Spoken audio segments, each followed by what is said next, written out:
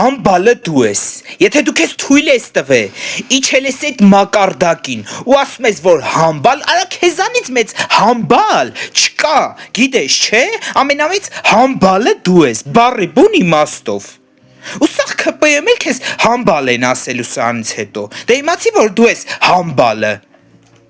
Փորձի ինքնուրույն, ասես մի րոպե, ոչ թե մի րոպե։ Փորձի սովորես հայերեն ու ամենակարևորը մի հատ պետական մտածելակերպ փորձի սովորես, միգուցե դառնաս մարդ։ Դու ինչ անում ես կեղծավոր ես անում։ Ու քո կարծիքով, որ դու Նիկոլ Փաշինյանին համբալ ասեցիր, քո կարծիքով ժողովրդի աչքում ով է արժեզրկվում, Ռոբերտ Քոչարյան, չնայած Ռոբերտ Քոչարյան, համբալ, դու ես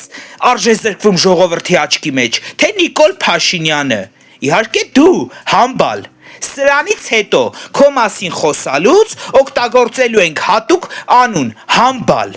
Հասկացար, միչև դու քո ուղեղը մի հատ ռասբիրատ չանես ջոգեսում մասին ինչ ես խոսում։ Խոսում ես Հայաստանի Հանրապետության վարչապետի մասին, խոսում ես այս երկիրը ճահճից ու աղքատությունից հանած մարդու մասին, իսկ դու ինչ ես արել, սպանել, թալանել, կործանել, այ էդ ես դու արել, այսքանը։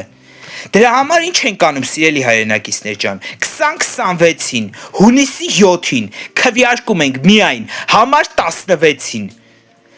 Կներեք ժողովուրդ ջան էմոցիաների համար, ուղղակի անկեղծ եմ ասում, արդեն իրանք էդ աշճանի են իջել, որտեվ էլ չգիտեն սանք ինչ անեն։ Այսքանը։